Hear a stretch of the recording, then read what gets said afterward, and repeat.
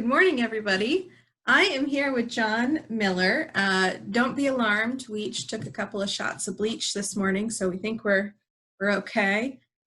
We're also very good at social distancing, so we feel pretty comfortable being here together. It's very strange to be able to sit face to face with a friend and share a conversation.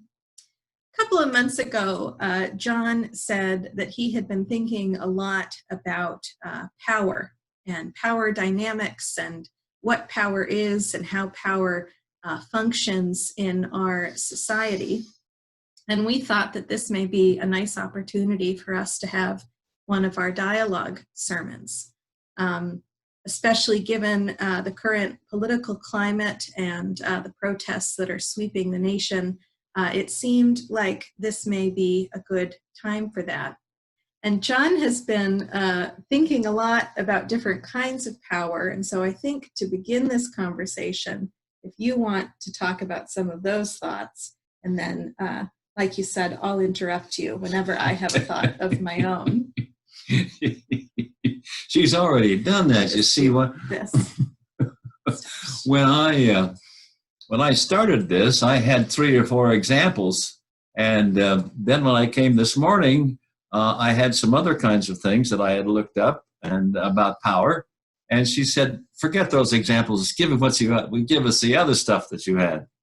Well, when he gave me the examples at first, we met outside. We had an outside lunch, and he had these examples of different figures in our lives that have power over us. And the first was our teachers, and the second was parents, and what was the third? The Senate, the Merrick Garland. Oh, right, the Merrick Garland example. And I said, well, is that power or is that authority? And John said, are we doing semantics right now? And I said, well, yes, I think the semantics are important. So we are going to talk a little bit about what some of those semantics are, but go ahead and go ahead. As she said, she'll interrupt at any time. And we both went back from our meeting at Panera's and looked up the word power. And she found some things, and so did I. Well, one of the things that I found is the power of nature. And obviously today, with the hurricane hitting Florida and being with FEMA when I was, seeing the power of nature in terms of flooding and tornadoes and all that other kind of stuff. And growing up on the farm, I was very much aware of horsepower, and as a teenager, how much horsepower my car had. And a higher power that when we talk at our times of concerns, asking people to a lot of people ask to pray to a higher power to see if that higher power will intervene. And the final thing for me then would be trying to lose that extra 5 pounds or trying to do something, exercise. And it's called willpower. And so those were my learnings from looking at power from a different direction. And I still disagree a little bit with Emma in terms of power from a parent that says, you will do this because I said so.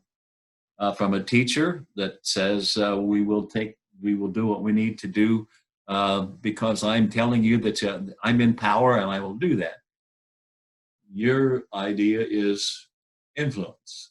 Right. Well, my question, and I do think that at some point, if we get there, we should go back to these different types of power. You know, when you talk about the power of nature, I immediately start to think about the human desire to control our surroundings, right? Yep. And nature is one of the few forces in the world which we have very little control over.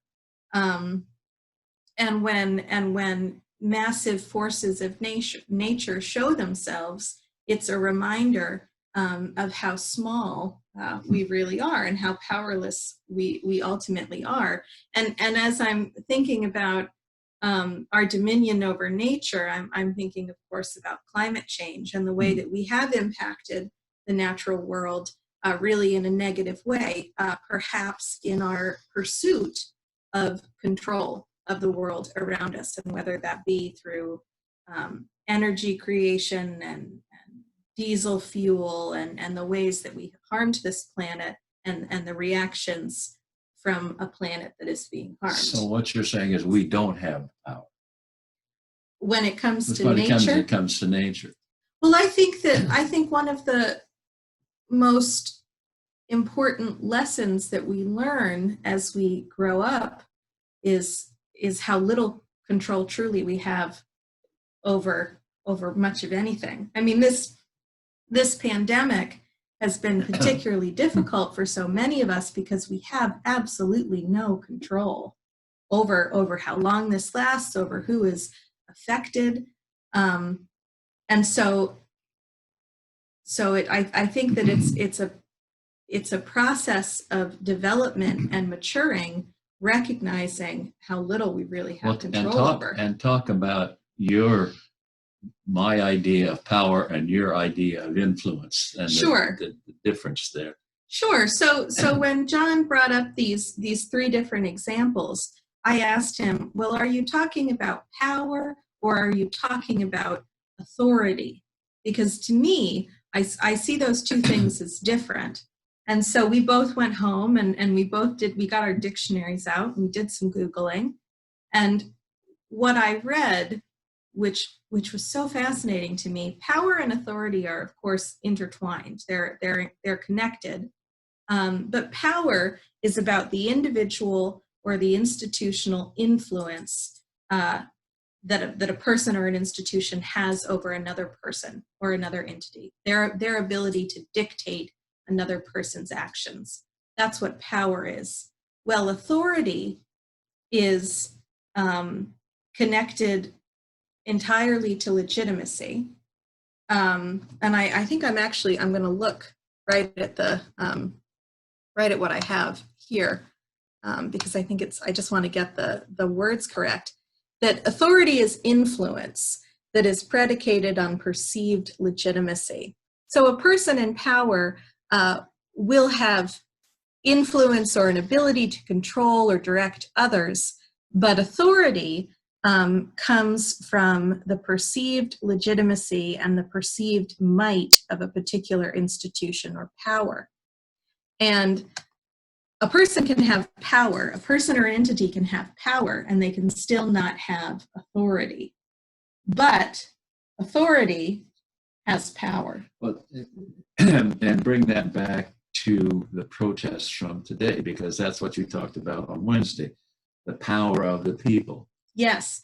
Yeah. So my question was, when John was bringing up these different examples, was who do the people who are having power or authority imposed on them, where does their own autonomy and where does their own power begin to interact and to influence? You know, where does that relationship connect?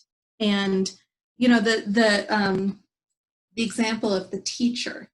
And I said, well, a teacher may have power until they begin to lose credibility with their students, right? When the student body or the classroom begins to feel that a teacher may be exerting a bit of a power trip, they're going to start to lose legitimacy. And I told this story that I'm never going to forget in my entire life. When I was in the 4th grade, I had a classmate because this is Facebook, this will go on Facebook. I'm not going to name any names because it would be too easy to figure out who these people are. I had a classmate who repeatedly was asking to use the restroom, and the teacher repeatedly told that student no. And eventually, that student had an accident, and he wet his pants in the 4th grade. And because I grew up in a relatively small town, I went all the way through high school with this person, and the memories of children are long, and so all anyone ever remembered about this person was the accident they had in the 4th grade. And I came home after that day really upset about what had happened and what I had seen. And my parents told me, I grew up, I've talked about this before, I grew up in a pretty anti-authoritarian household. I grew up with a father who was a real rebel rouser and, had a series of arrests when he was a teenager, chaining himself to different fences, protesting the Vietnam War. And he said to me, if you have to go to the bathroom and a teacher tells you no, you get up and you go to the bathroom. And if you're hauled off to the office, if you're going to get in trouble for that, well, we'll come and we'll defend you. And so for me, it clicked something where I started to understand that people could try to exert their power over me, but that I could be empowered to resist that kind of control. Yeah. That I could take care of my own needs, my own functionings, and that I didn't need permission from an adult to use the bathroom. So there does come a point when we look at the powers that be in our lives, and we at first perhaps just accept them as the powers that be in our lives. And I think as we grow up and as we mature, we begin to see the nuance, we begin to see abuse of power, and that's where the power of the people comes in. When we collectively start to believe that the structures imposed on our lives may be doing us a lot more harm than good. So you want to talk about Portland. I'm getting around to Portland. I'm getting there. Do you want to let some people ask questions, or do you want to go to Portland? I want to go to Portland, okay. and then we'll open it up for questions. So I read this really wonderful article in the Atlantic, and of course now I cannot think of the journalist who wrote this article, but it was about authority, and it was about protest and the effectiveness of protest. And he said a couple of different things. The first was that protest in the year 2020 can become less effective than protests in the past. And he brought up the civil rights movement. The part of the reason that the protests in the civil rights movement were so effective was because of the challenge of organizing a protest of that magnitude in the 1950s, when we didn't have our smartphones to text each other and say, hey, protest 5 o'clock downtown, be there. So there was this massive amount of organization and labor that went into organizing this massive movement that eventually, in part because it was so difficult to pull off, began to push for systematic change. Another thing, so there is a risk that perhaps because of the ease of protesting and the access that we have to communicate with one another, protests in 2020 can become less effective. They become more effective the longer that they go on, and the larger the protests are, the longer they go on, and the more they reach the general populace, and they start to impact and influence and shift public opinion. The longer the protests go on, the more people who aren't involved begin to understand the point of the protests, Black Lives Matter, and they begin to agree and to understand that there are deep systematic issues of race in this country.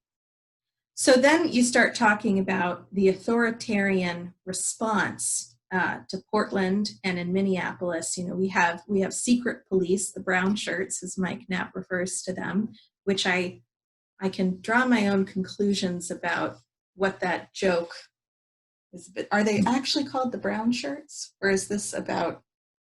Yes. Yes, they are actually called that. Okay. Yes.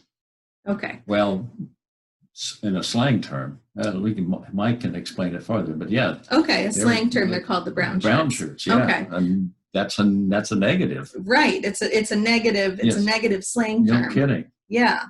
So these secret police that are coming in, and they're yanking protesters off the street, and they're arresting them without cause, and they're tear gassing them, and they're shooting them with rubber bullets. That's an authoritarian response to a social movement. And an authoritarian response to a social movement is effective temporarily.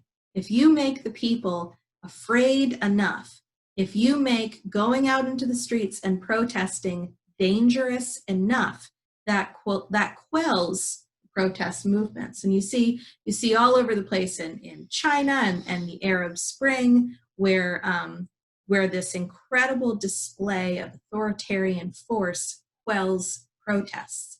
But that only lasts for a particular period of time, because the more authoritarian and the more violent a government becomes, the more likely they are to lose legitimacy. So this article said that a display of force from a government, especially in a democracy where we have the power to choose our leaders through the vote, and of course, a government can do what they can to suppress the vote. They can do what they can to keep their grip on power. But the more authoritarian a democratically elected government becomes, the more brittle their grasp on power also becomes. As soon as an institution or a government or a person begins to lose legitimacy, begins to lose the populace opinion that the government's use of force is in fact legitimate, the less likely they are to be able to maintain their grasp on power. So when we were talking about semantics, the difference between power and authority, those were some of those things that initially came up in our dialogue. Yeah. Phew, there, I just said a whole bunch. What are your thoughts? I think I'd like to hear somebody else from. All right. Because this is kind of an experiment that we're doing with, that Anna and I did. I don't know what's our time frame. We have 4 minutes. Are we over time? No, we have 4 minutes. We have 4 minutes. Okay. The SA expression in context, John.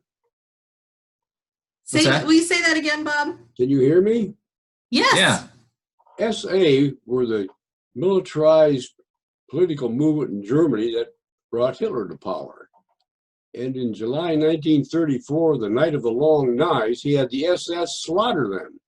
So when you say brown shirts, which is what the SA were called by Hitler's people, you're not talking about them. Who are the brown shirts today? Mike, would you want to talk to that? Who are the brown shirts today? Mike? Sure.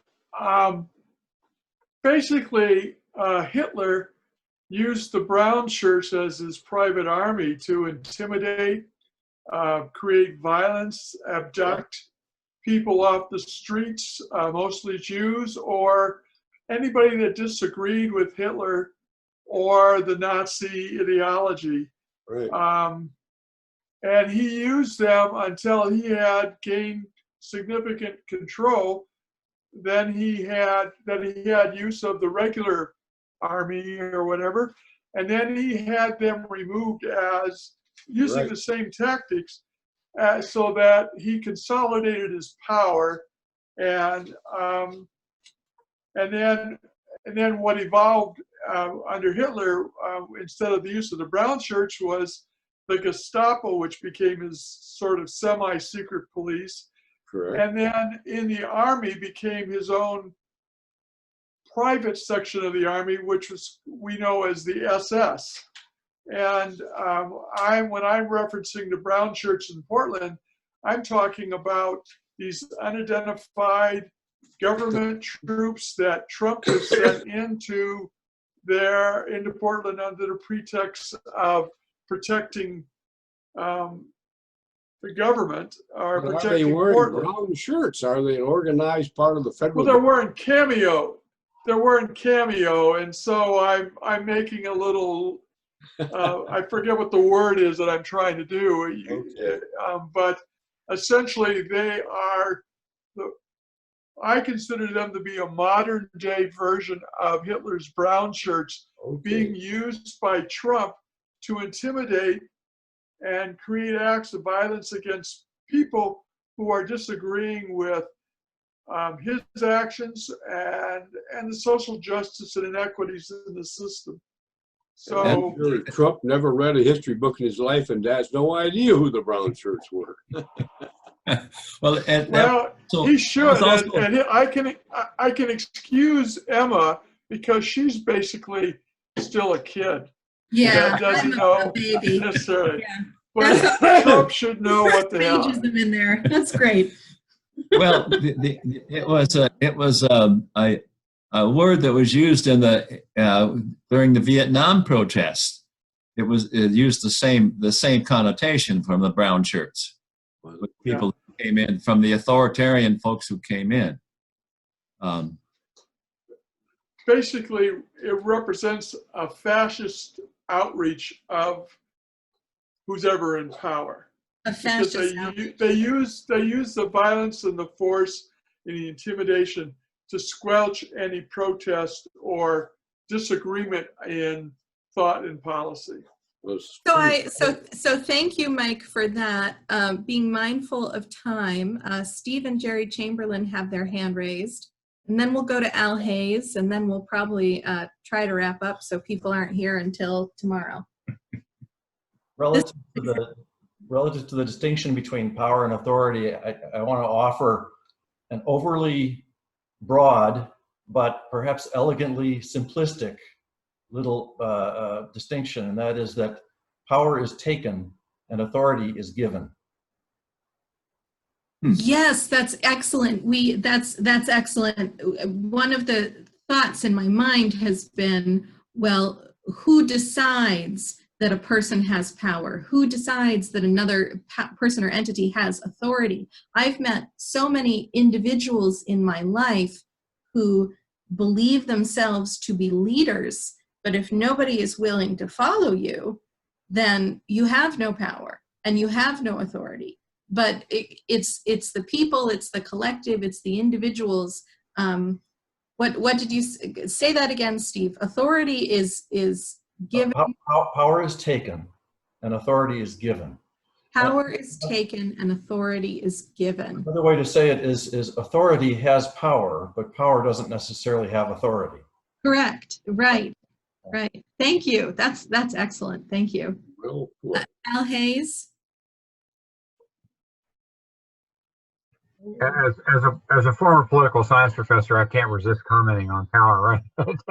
You know, when I was a student, a professor of mine drew this diagram on the board. It was a rectangle. Imagine that bisected by a diagonal, and one triangle out of the rectangle was coercion, and the other half was consent.